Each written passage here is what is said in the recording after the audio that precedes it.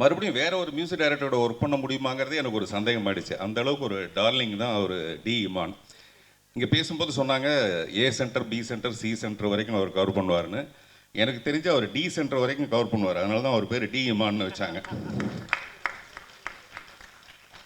இன்னொரு விஷயம் பார்த்தீங்கன்னா, மாப்பிள்ளை மாதிரி வந்திருக்காருல, நிறைய பொண்ணுக்கு அவர் ப்ராமிஸ் பண்ணியிருப்பார். நான் உன்னை கல்யாணம் பண்ணிக்கிறேன், நான் உன்னை கல்யாணம் பண்ணிக்கிறேன், நான் உன்னை கல்யாணம் பண்ணிக்கிறேன், நிறைய பேருக்கு ப்ராமிஸ் பண்ணியிருப்பார். அதனால் அவர் ஒரு ப்ராமிசிங் ஆக்டர்னு சொல்லலாம். சார் சும்மா கூச்சப்படுற மாதிரி நடிக்காதீங்க சார். நமக்கும் தெரியல, அதெல்லாம் கிராஸ் பண்ணி தானே வந்திருக்கோம் நம்மளும். இப்போ கைதி தான் முதல்ல பார்க்குறோம். பார்த்த உடனே நான் வந்து கைதி படத்தை தெலுங்குல டப் பண்ணும்போது நான் வந்து என் ஃப்ரெண்டு தான் ரைட்டரு. நான் அவங்ககிட்ட கெஞ்சினேன், டெய்லி நான் ட்ரை பண்ணுறேன்டா, நான் ப்ளீஸ்டா நான் வந்து அவனுக்காக இந்த கேரக்டருக்கு நான் டப் பண்ணுறேன்டா அப்படின்னு சொல்லி. அவனா சொன்னான், நீ ஃபஸ்ட்டு வாய்ஸ் டெஸ்ட் கொடு, உன்னால் முடியுமான்னு பார்க்கலான்னு சொல்லிட்டு. நானும் எவ்வளோ தூரம் கஷ்டப்பட்டு நானும் டம் கட்டி பார்க்குறேன், அந்த ரீச்சே பண்ண முடியல. ஸோ அப்போ நான் சொல்லிட்டேன், இல்லை நான் ஃபெயிலியர், நான் ஒத்துக்கிறேன் அப்படின்னு சொல்லி. பட் ஆஸ் அன் ஆர்டிஸ்டாக நம்ம வந்து ஒரு ரோலை கையில் எடுக்கிறோம். பட் அந்த ரோலை ஓன் பண்ணுறதுக்கு வந்து ஒரு பெரிய சுப்ரீம் கான்ஃபிடென்ஸ் வேணும். அது ஃபஸ்ட் படத்துலேயே எப்படி இந்த ஆளுக்கு வந்தது அப்படிங்கிறது எனக்கு பயங்கர பெரிய ஆச்சரியம். எப்படி இதை பண்ணார் அப்படின்னு. முக்கால்வாசி பேர் ஆடிஷன் எங்களை டீ கடை தான் பண்ணியா, ஏன்னா எங்கள் டீ கடையில் கூடின எல்லாரும் தான் இந்த படத்தில் மிக முக்கியமான பாத்திரங்களை நடிச்சிருக்காங்க. அந்த வகையில் நாங்கள் தினமும் பார்த்து பேசிக்கிறவங்க சரவணன்லேருந்து நிறைய பேர் வந்து எல்லாம் ஒன்றா ஆரம்பத்துலேருந்து சின்ன சின்ன வேஷங்கள் பண்ணதுலேருந்து இவங்க எல்லாம் எப்படி வந்திருக்காங்கங்கிறது ரொம்ப, ஏன்னா அப்படியே சின்ன சின்ன வேஷம் பண்ணி தான் எல்லாருமே அப்படி தான் வந்தோம். அந்த வகையில் இந்த ஜேர்னியை பார்க்குறதுக்கே அவ்வளோ நிறைவாக சந்தோஷமாக இருக்குது. புஷ்பவனம் குப்புசாமி சாரோட பெரிய ஃபேன் நான். ரொம்ப நாள் கழித்து அவர் வாய்ஸை கேட்குறது அவ்வளோ நிறைவாக இருந்தது சார். ரொம்ப ரொம்ப ரொம்ப நன்றி அவரை அக்னாலேஜ் பண்ணதுக்காக, ரொம்ப நாள் கழித்து அவரை திருப்பி கொண்டு வந்ததுக்காக. நான் முன்னாடியே பேசுகிறதுக்கு காரணம் வந்து பாம்பேக்கு போகிறேன். அதில் கூட ஒரு பாம்பு இருக்குது பாருங்க. நான் இந்த நிகழ்ச்சிக்கு வருவேனா இல்லையான்றதை வந்து தயாரிப்பாளர்களுக்கு கொஞ்சம் சின்ன டவுட் இருந்தது. நான் வர வழியில் என்னுடைய கார் வந்து பஞ்சர் ஆகி ஒரு ஆட்டோ பிடிச்சி தான் இங்கே வந்து சேர்ந்தேன். அவ்வளோ முக்கியத்துவம் வந்து இந்த நிகழ்ச்சிக்கு. முதல்ல இந்த பாம் படத்தை பற்றி என்ன பேசுகிறது அப்படின்னு ரொம்ப நேரம் யோசித்தேன். ட்ரைலர் பார்த்த உடனே இது எப்படி பேசுகிறது, என்ன பேசுனா அது சரியாக இருக்கும், அல்ல என்ன பேசாமல் இருக்கணும், அது எவ்வளோ பூடகமாக பேசுகிறது அப்படின்னு தெரியல. அதனால் வாயு பகவானை வணங்கிவிட்டு என்னுடைய பேச்சை துவங்குகிறேன். முதல்ல இந்த பாம்னு ஒரு டைட்டில்னோன்னா நான் நினச்சேன் ஏதாவது ஒரு பாம் கலாச்சாரம் சம்மந்தப்பட்டது போல இருக்குது அப்படின்னா. நான் கூட ஹவுஸ்ஃபுல்னு ஒரு படம் பண்ணியிருக்கேன். கோயம்புத்தூர் பாம் பிளாஸ்ட்டை வச்சுக்கிட்டு ஹவுஸ்ஃபுல்னு ஒரு படம் பண்ணி தேசிய விருதெல்லாம் வாங்கியிருக்கேன். அந்த மாதிரியான ஒரு விஷயத்தை எடுத்திருப்பாங்களோ அப்படின்னு சொல்லிட்டு முதல்ல இந்த ட்ரெய்லரை பார்க்குறதுக்கு முன்னாடி இருந்தது. அப்புறம் இந்த மாதிரியான ஒரு டைட்டிலை செலக்ட் பண்ணணும்னா அந்த டைரக்டர் விஷால் வெங்கட் வந்து பெரிய குசும்பனாக இருக்கணும்னு நினைக்கிறேன். அவர் மிகப்பெரிய குசும்பனாக இருந்தால் மட்டும்தான் இந்த மாதிரி ஒரு டைட்டிலை செலக்ட் பண்ண முடியும். இந்த படத்தை தயாரிக்கணும்னா அந்த தயாரிப்பால் எவ்வளோ பெரிய குசும்பனாக இருக்க முடியும். அவர் சுகுமார் பாலகிருஷ்ணன், அவர் எப்பவுமே வேஷ்டி சட்டையில் இருப்பார். அதுக்கு சம்மந்தம் கிடையாது. நான் சொல்கிறேன், அவர் ஏதோ உப்பு சத்தியாகிறதுக்கு போகிற மாதிரியே தான் இருப்பார் எப்போவுமே. நான் அவரை பற்றி அப்புறம் பின்னாடி பேசலாம். இது நிறைய பின்னாடி பேசலான்னே வர வேண்டியதாக இருக்குதுங்க. எல்லா டைரக்டரும் அந்த முதல் படம் வந்து மூக்கு மேலே விரல் வைக்கிற மாதிரி அந்த டைரக்டர் பண்ணணுன்ற மாதிரி சொல்லுவாங்க. இந்த டைரக்டர் அந்த மாதிரியே ஒரு டைட்டில் வச்சுருக்காரு. ஆக்சுவலாக நான் ஒரு இங்கிலீஷ் படம் ஹிஸ்ட்ரி ஆஃப் த வேர்ல்டுன்னு ஒரு படம், அந்த படத்தில் கிங் ஆஃப் குசும்பன் ஒருத்தன் இருப்பான். அதை பார்த்தேன் முதல்ல வந்து ஒரு இங்கிலீஷ் படத்தில் குசும்பன் வந்து நான் அதில் தான் பார்த்தேன். அந்த கிங் வந்து எப்போவுமே அப்படி தான் இருப்பார். ஆனால் தமிழ் படத்தில் இப்படி கொண்டு வர முடியுதா? அதே மாதிரி பிங்க் பேந்தர்னு ஒரு படம், அந்த படத்தில் ஸ்டீவ் மார்ட்டின் ஆக்ட் பண்ணியிருப்பார். அவர் என்ன பண்ணுவார்னா, ஒரு ரெக்கார்டிங் தேட்டருக்கு, டி இமான் சாருடைய ரெக்கார்டிங் தேட்டர் மாதிரி ஒரு ரெக்கார்டிங் தேட்டருக்கு போய் ஒரு ரூம் தனியாக இருக்கும். ஆனால் அந்த ரூம் வந்து தனியாக இருக்குன்னு ஒரு நினச்சிக்கிட்டு அந்த ரூம்குள்ளே போயிட்டு ரகசியமாக ஒரு வேலையை செய்வார். செஞ்சால் அது வெளியில் ரெக்கார்டிங் தேட்டர்னே அவருக்கு தெரியாது. 5.1 ஸ்டீரியோவில் வந்து அந்த சத்தம் வெளியில் வந்துடும். இந்த மாதிரி படங்கள் தான் நம்ம பார்த்துருக்கோம். ஆனால் இது தமிழ் படத்தில் பண்ணுற தைரியம் வந்து எப்படி ஒருத்தருக்கு இருக்குன்றதே எனக்கு ரொம்ப ஆச்சரியமாக இருந்தது. சில நேரத்தில் நம்ம வண்டி காரில் வந்துட்டு இருக்கும்போது பார்த்தீங்கன்னா திடீர்னு அந்த மாதிரி ஒரு பாம் பிளாஸ்ட் ஒன்று வந்துடும். அது யார் செஞ்சாங்கன்னு தெரியாது. நம்ம மெதுவாக கண்ணாடி அப்படியே இறக்குவோம். ரொம்ப ஒரு பயங்கரமான ஒரு சூழ்நிலை ஏற்படும். இதெல்லாம் வந்து சினிமாவில் சொல்கிறதுங்கிறது ரொம்ப ரொம்ப கஷ்டமான விஷயம். ஆனால் முழு படம் பார்க்கும்போது தான் நமக்கு தெரியும் இந்த படத்தில் வந்து நிறைய அன்பு தான் டீல் பண்ணியிருக்காங்கன்னு. அவர் சக்தி ஃபிலிம் ஃபேக்ட்ரி ஒரு எனக்கு ரொம்ப நெருங்கிய நண்பர். அவர் எப்பவுமே ஒரு படத்தை செலக்ட் பண்ணணும்னா முதல்ல ஒரு பேக்ரவுண்டு பார்ப்பார். அந்த ப்ரொடியூசருடைய பேக்ரவுண்ட் சரியாக இருக்கா, படத்தை கரெக்டாக ரிலீஸ் பண்ணிட்டு வரா, கண்டென்ட் எப்படி இருக்குது அப்படின்னு பார்ப்பாரு. இந்த கண்டென்ட் வந்து அவ்வளோ பிடிச்சிருக்கு அவருக்கு, இல்லை அந்த கண்டென்ட்டை வந்து ஜீரணிப்பாங்களா. இது வந்து ஜீரணத்துக்கும் அஜீரணத்துக்கும் நடுவில் நடக்கிற ஒரு பிரச்சனை இந்த டைட்டில்ங்கிறது. மிஸ்டர் டி இமான், நான் டீன்ஸில் அவரோட ஒர்க் பண்ணதுக்கு அப்புறமேல மறுபடியும் வேற ஒரு மியூசிக் டைரக்டரோட ஒர்க் பண்ண முடியுமாங்கிறதே எனக்கு ஒரு சந்தேகம் ஆயிடுச்சு. அந்த அளவுக்கு ஒரு டார்லிங் தான் அவர் டி இமான். இங்கே பேசும்போது சொன்னாங்க A centre, B centre, C centre வரைக்கும் அவர் கவர் பண்ணுவார்னு. எனக்கு தெரிஞ்சு அவர் டி சென்டர் வரைக்கும் கவர் பண்ணுவார். அதனால தான் அவர் பேர் டி இமான்னு வச்சாங்க. தேவர் மகன் படத்தில் அந்த இஞ்சி இடுப்பழக சாங்கில் பாட சொல்லும்போது ஏன் நீ பாட மாட்டேங்கிற, இல்லைங்க வெறும் காற்று தான் வருது அப்படின்னு அவங்க சொல்லுவாங்க. அந்த மாதிரி ஒரு சுச்சுவேஷன் இந்த படத்தில் இருக்குமோ, அதுக்கு ஒரு பாட்டு போட்டிருப்பீங்களோ அப்படின்னு நினச்சேன். காத்து வாக்கில் 2 காதல்னு ஒரு படம் வந்தது சமீபத்தில். அந்த மாதிரி இந்த படத்தில் எத்தனை காதல்னு எனக்கு தெரியல. அனைவரும் ஒரு காதலாக தான் இருக்கும்.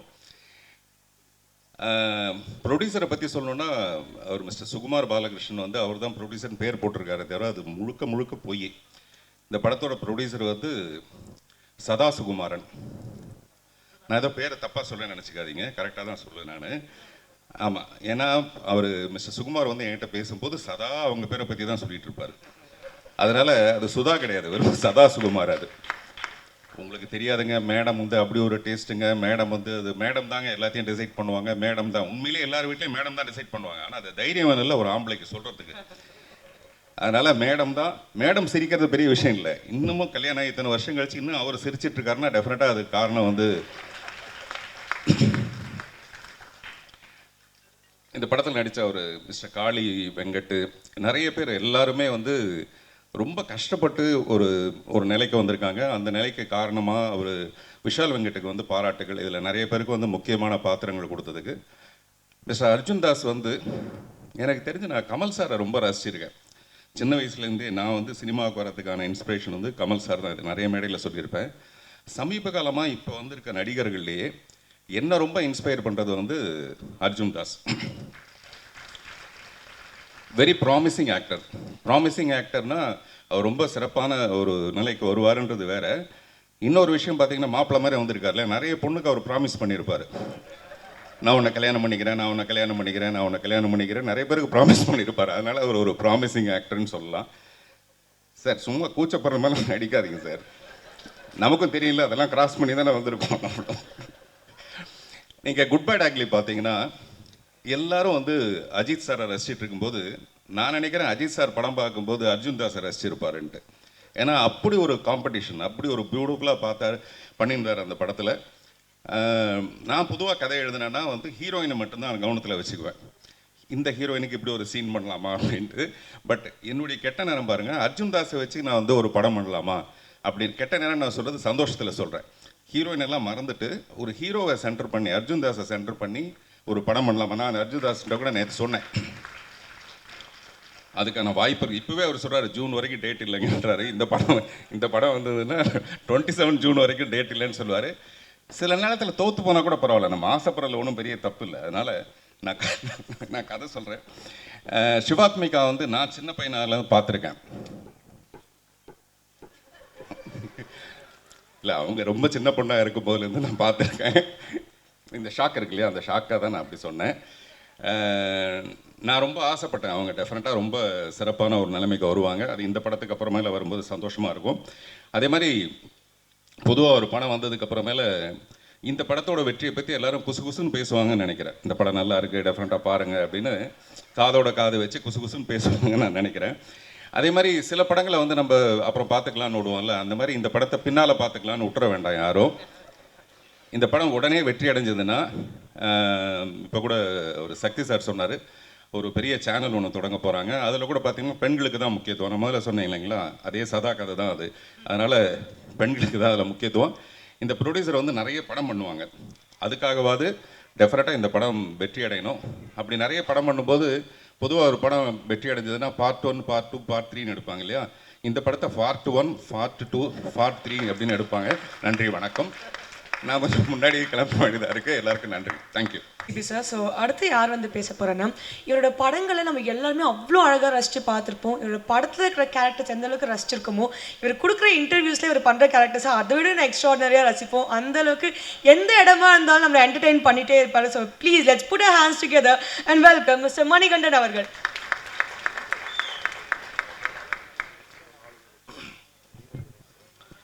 எல்லாருக்கும் வணக்கம். இந்த நிகழ்ச்சி வந்து நான் ரொம்ப நான்லீனியர் நரேஷனில் எங்கே யாரை பற்றி எப்படி ஆரம்பிக்குதுன்னு தெரியல. நான் ப்ரிப்பேரும் பண்ணல. ஏன்னா இந்த படத்தில் எல்லா டிபார்ட்மெண்ட்டில் ஒர்க் பண்ணவங்க எல்லாருமே என்னோடய ஃப்ரெண்ட்ஸ் தான். விஷால்லேருந்து, இந்த படத்தினோட டிஓபி ராஜ்குமார்லேருந்து, இந்த படத்தினோட ஆர்ட் டைரக்டர் மனோஜ்லேருந்து, இந்த படத்தினுடைய ரைட்டர்ஸ் மணியிலேருந்து, மகிழன் தோழர்லேருந்து, இந்த படத்தினுடைய என்ன சொல் இர்ரெஸ்பெக்ட் ஆஃப் எல்லா டிபார்ட்மெண்ட்டுமே அதில் வந்து கண்டிப்பாக என்னோடய ஃப்ரெண்ட்ஸ் இருக்காங்க. அந்த வகையில் முக்கியமாக நடித்தவங்க சரவணன்லேருந்து, டிஎஸ்கேலேருந்து, காளியனாலேருந்து, தமிழ்லேருந்து எல்லாருமே ரொம்ப பிரமாதமான ஆக்டர்ஸ் வந்து இந்த எனக்கு ஃப்ரெண்ட்ஸாக அமைஞ்சு அதே சமயத்தில் இந்த படத்தில் ஒன்றா வேலை செஞ்சுருக்காங்கங்கிறதுல பெரிய பெரிய சந்தோஷம். நான் இன்னொரு ஒற்றுமை என்னென்னா, எல்லாருமே அவங்களுடைய ஆரம்ப கட்டத்திலேருந்து இந்த மேடைக்கு வர்ற வரைக்கும் அவங்க எப்படி என்னென்னலாம் கோத்ரூ பண்ணாங்கன்றது ரொம்ப பர்சனலாகவே எனக்கு தெரியும். ஸோ அதனால அது எனக்கு இன்னும் கூடுதலான சந்தோஷம். முக்கியமாக நான் விஷால் நான் கடைசியாக வரேன்டா. இன்னொன்று என்னென்னா, இப்போ காளினா ஃபஸ்ட்லேருந்து காளினா வந்து இப்போது சிபி சொன்ன மாதிரி தான், யார் என்ன உதவியை என்ன விஷயத்துக்காகவே எந்த டைமில் கேட்டிருந்தாலும் அதை செய்ய தயங்காத ஒருத்தர். அது வந்து அவர் சொன்னது வந்து ரொம்ப மிகை போல் தெரியும். ஆனால் அது வந்து மிகை இல்லாமல் சொன்னால் ஆக்சுவலாக அவர் எவ்வளோ சொன்னாலும் காளியனாவை பற்றி கம்மி தான். அவர் கேரக்டர் எப்படியோ கிட்டத்தட்ட அவரோட டேலண்ட்டும் அப்படி தான். நான் வந்து நிறைய சமயங்களில் காளினா வந்து அவர் பண்ணியிருக்கிற வெரைட்டி ஆஃப் ரோல்ஸை அவர் கிட்டத்தட்ட பெரிய கேலரியை க்ரியேட் பண்ணிட்டாரு. நான் ரொம்ப ஷார்ட் ஃபிலிம் சமயத்தில் காளியனாவை பார்த்து நம்மளும் இந்த மாதிரி ஆக்ட் பண்ணோம் அப்படின்னு சொல்லுவேன். ஆனால் அவர்கிட்ட கேட்டால் அவர் வேறு மாதிரி சொல்லுவார். ஆனால் உண்மை என்னென்னா, உண்மையாகவே காளியனாவை பார்த்து நம்மளாம் இந்த மாதிரிலாம் நடிக்கணும், இந்த மாதிரிலாம் ரொம்ப கான்ஃபிடெண்ட்டாக எக்ஸ்ப்ரெஸ் பண்ணணும் அப்படின்னு நான் நினச்சேன். ரொம்ப சொற்பமான நடிகர்களில் காளியண்ணா ஒருத்தர். அப்புறம் டிஎஸ்கே, அவர் முக்கியமாக டிஎஸ்கே பற்றி என்ன சொல்லணும்னா, கிட்டத்தட்ட என்ன மாதிரி தான் அவரும் கிட்டத்தட்ட எல்லா பிளாட்ஃபார்ம்லேயும் beat singing, stage, mimicry or acting எல்லாத்துலேயுமே வந்து அது இப்போ எனக்கு எப்படின்னா, அது தெரியுதோ தெரியலையோ முதல்ல தலையை நுழைச்சிருவோம், என்ன நடக்குதுன்னு அப்புறம் பார்த்துக்கலாங்கிறது. பட் அது ஒரு பெரிய ஸ்பிரிட்னு நினைக்கிறேன். அந்த ஸ்பிரிட்டை வந்து கடைசி வரைக்கும் அந்த ஸ்பிரிட் வந்து அவருக்கு பெரிய ஈல்டை கொடுக்கணும் அப்படிங்கிறது என்னுடைய மனமார்ந்த வாழ்த்துக்கள். அப்புறம் சரவணன் நான் எனக்கு தெரிஞ்சு இந்த படத்தில் முக்காவாசி பேர் ஆடிஷன் எங்களை டீ கடை என்ன பண்ணீங்க? ஏன்னா எங்கள் டீ கடையில் கூடின எல்லாரும் தான் இந்த படத்தில் மிக முக்கியமான பாத்திரங்களை நடிச்சிருக்காங்க. அந்த வகையில் நாங்கள் தினமும் பார்த்து பேசிக்கிற முகங்கள் சரவணன்லேருந்து நிறைய பேர் வந்து எல்லாம் ஒன்றா ஆரம்பத்துலேருந்து சின்ன வேஷங்கள் பண்ணதுலேருந்து இவங்க எல்லாம் எப்படி வந்திருக்காங்கங்கிறது ரொம்ப, ஏன்னா அப்படியே சின்ன வேஷம் பண்ணி தான் எல்லாருமே எல்லாருமே அப்படி தான் வந்தோம். அந்த வகையில் இந்த ஜேர்னியை பார்க்குறதுக்கே அவ்வளோ நிறைவாக சந்தோஷமாக இருக்குது. அப்புறம் இமான் சார் வந்து நீங்கள் நான் வந்து அவர் ஒர்க் பண்ண படத்தில் ஒரே ஒரு படம் தான், விஸ்வாசம் மட்டும் தான் நான் டயலாக் ரைட்டராக ஒர்க் பண்ணியிருக்கிறேன். பட் அவ்வளோ வெரைட்டி ஆஃப் சாங்ஸ், அவ்வளோ எக்ஸ்ட்ராடினரியான சாங்ஸை வந்து நம்மளுக்கு ஏன்னா ஒரு மெலடிங்கிறது வந்து இன்னைக்கு தேதிக்கு ரொம்ப குறைஞ்சி போயிட்டு இருந்த நிலைமையில் அந்த பேலன்ஸை டில்ட் பண்ணுற ஒர்க் வந்து அந்த வேலையை செய்கிற ரொம்ப கம்மியான பேரில் வந்து சார் இருக்காங்க. நான் இன்னைக்கு நானும் ஸ்ரீயும் பேசிகிட்டு இருந்தபோது புஷ்பவனம் குப்புசாமி சாரோட பெரிய ஃபேன் நான். ரொம்ப நாள் கழித்து அவர் வாய்ஸை கேட்குறது அவ்வளோ நிறைவாக இருந்தது சார். ரொம்ப ரொம்ப ரொம்ப நன்றி அவரை அக்னாலேஜ் பண்ணதுக்காக, ரொம்ப நாள் கழித்து அவரை திருப்பி கொண்டு வந்ததுக்காக. அண்ட் இந்த படத்தினுடைய அந்த இப்போ இன்னும் எத்தனை காலம்தாங்கிறது வந்து ஃபஸ்ட்டு இந்த பாட்டு ரெக்கார்ட் ஆன பிறகு அந்த சமயத்தில் வந்து ரெக்கார்ட் பண்ண உடனே எனக்கு போட்டு காமிச்சாப்புல விஷால். நான் அந்த சமயத்துலேருந்தே நான் அந்த போட்டு காட்டின சமயத்திலே சொல்லிட்டு அந்த பாட்டு இட்டு அப்படின்னு. So super sir, brilliant. And இந்த படத்தினுடைய ப்ரொடியூசர்ஸ் இவங்க வந்து இப்படி ஒரு கண்டென்ட் வந்து பேசிக்காக இதை சென்ஸ் பண்ணுறதுக்கோ ஆர்எல்ஸ் இதை முகம் சொல்லிக்காமல் இது சொல்ல வர்ற விஷயத்தை கேட்குறதுக்கோ ஒரு நிஜமாவே ஒரு சென்சிபிலிட்டி தேவை. ரொம்ப சந்தோஷம், ரொம்ப நன்றி இந்த படத்தை நீங்கள் தயாரித்ததுக்காக. அப்புறம் ஒரு படம் தயாரித்தது இல்லாமல் அதை விநியோகிக்கிற அது ஒரு பெரிய பொறுப்பு. அந்த பொறுப்பை வந்து இப்போ இல்லை, எனக்கே 3 படம் பண்ணியிருக்காரு சார். ரொம்ப ரொம்ப ரொம்ப தேங்க்ஸ் சார். இந்த படத்தையும் நீங்கள் எடுத்து பண்ணதில்ல சார். எப்படின்னா அவங்க கம்பெனி சீல் விழுந்துருச்சுன்னா படம் 8 அவ்வளோதான். ஸோ தேங்க்யூ சார், ரொம்ப நன்றி. அப்புறம் தலைவர் அர்ஜுன் தாஸ் அவர்கள். அர்ஜுன் சார் வந்து நான் வந்து இப்போ கைதி தான் முதல்ல பார்க்குறோம். பார்த்த உடனே நான் வந்து கைதி படத்தை தெலுங்குல டப் பண்ணும்போது நான் வந்து என் ஃப்ரெண்டு தான் ரைட்டரு. நான் அவங்ககிட்ட கெஞ்சின டெய்லி நான் ட்ரை பண்ணுறேன்டா, நான் ப்ளீஸ்டா நான் வந்து அவனுக்காக இந்த கேரக்டருக்கு நான் டப் பண்ணுறேன்டா அப்படின்னு சொல்லி. அவனா சொன்னா நீ ஃபஸ்ட்டு வாய்ஸ் டெஸ்ட் கொடு, உன்னால் முடியுமான்னு பார்க்கலான்னு சொல்லிட்டு. நானும் எவ்வளோ தூரம் கஷ்டப்பட்டு நானும் டம் கட்டி பார்க்குறேன், அந்த ரீச்சே பண்ண முடியல. ஸோ அப்போ நான் சொல்லிட்டேன், இல்லை நான் ஃபெயிலியர், நான் ஒத்துக்கிறேன் அப்படின்னு சொல்லி. பட் ஆஸ் அன் ஆர்டிஸ்டாக நம்ம வந்து ஒரு ரோலை கையில் எடுக்கிறோம். பட் அந்த ரோலை ஓன் பண்ணுறதுக்கு வந்து ஒரு பெரிய சுப்ரீம் கான்ஃபிடென்ஸ் வேணும். அது ஃபஸ்ட் படத்துலேயே எப்படி இந்த ஆளுக்கு வந்தது அப்படிங்கிறது எனக்கு பயங்கர பெரிய ஆச்சரியம். எப்படி இதை பண்ணார் அப்படின்னு. அண்ட் அதர் தேன் தட் நீங்கள் அதை தொடர்ந்து எல்லா படங்கள்லையும் இப்போ எல்லாரும் சொல்கிறாங்க அர்ஜுன் தாஸ்னா இப்படி தானேப்பா அப்படின்னு சொல்லி ஒரு பாக்ஸ்குள்ளே போட்டதுக்கப்புறம் அந்த பாக்ஸ்லேருந்து வெளியில் வந்து வேற ஒரு வேலையை செய்கிறதுக்குமே ஒரு அதீதமான ஷியர் கான்ஃபிடென்ஸ் வேணும். அந்த கான்ஃபிடென்ஸ் உங்களுக்கு இன்னும் நிறைய தடவை வாய்த்து நிறைய வெரைட்டி ஆஃப் ரோல்ஸை பண்ணி இன்னும் நிறைய வெற்றிகளை குவிக்கணுங்கிறது மனசார சொல்கிறேன். உண்மையிலுமே ரொம்ப வாழ்த்துக்கள். அப்புறம் சிவாத்மிகா அவங்களுடைய பெர்ஃபார்மன்ஸும் சொல்கிறேன். நான் இந்த பாடல்கள் பார்த்ததும் சரி, ஆனால் நித்தமொரு வானத்துலேயுமே சரி ரொம்ப பிரமாதமாக பண்ணியிருக்கீங்க. அண்ட் எல்லாரும் சொன்ன மாதிரி நான் அவங்க அப்பாவினுடைய மிகப்பெரிய ஃபேன். அண்டு அப்புறம் இந்த படத்துக்கு சப்போர்ட் பண்ண வந்திருந்த எல்லாருக்கும், ஸ்ரீலேருந்து அக்பர் சார்லேருந்து சந்துரு, கார்த்திகேயன் மணி, சிபி சார், அப்புறம் ஐயா சண்முக பிரியன் ஐயா, எல்லாருக்குமே ரொம்ப ரொம்ப நன்றி. இப்போ கம்மிங் டு விஷால் வந்து இதே மாதிரி தான் ஒரு கிட்டத்தட்ட 2007 and 8 காலேஜ் 2008 நான் வந்து ஒரு ஸ்டேஜில் மிமிக்ரி பண்ணோம், ஸ்டேஜ் ஆர்டிஸ்டாக.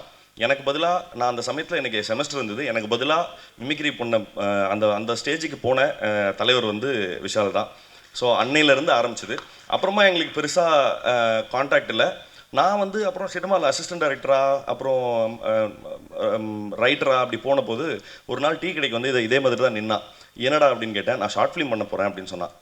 பட் அந்த சமயத்துலேருந்து இந்த ஸ்ட்ரகிள்ஸ், அவன் அனுபவித்த ஸ்ட்ரகிள்ஸும் சரி, இங்கே அவன் நிற்கிறதுக்கு என்னென்னலாம் அவன் கோத்ரூ பண்ணியிருக்காங்கிறத ரொம்ப என்ன சொல்கிறது, ரொம்ப பக்கத்துலேருந்து பார்த்ததில் நான் அவ்வளோ பெருமையாக இருக்குது.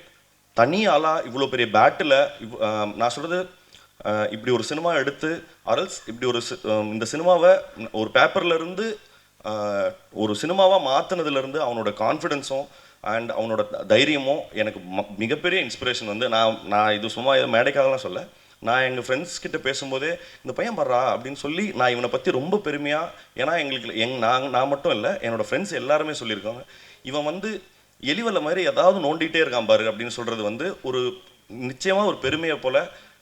இவங்க பெற்றவர்கள் வந்து எவ்வளோ பெருமை அடைவார்களோ அதுக்கு ஈக்குவலண்ட்டாக நானும் பெருமை அடைகிறேங்கிறதுல எந்த பொய்யும் இல்லாமல் சொல்லிக்கிறேன். இந்த படம் அது பேசின விஷயத்துக்காகவும் அது வந்து எடுக்கப்பட்ட நேர்த்திக்காகவும் நிச்சயமாக உங்கள் எல்லாருடைய ஆதரவும் பெறும் அப்படிங்கிறதுல எனக்கு எந்த மாற்று கருத்தும் இல்லை. நிச்சயமாக நீங்கள் எல்லாரும் சப்போர்ட் பண்ணணும்னு கேட்டுக்கிறேன். தேங்க்யூ.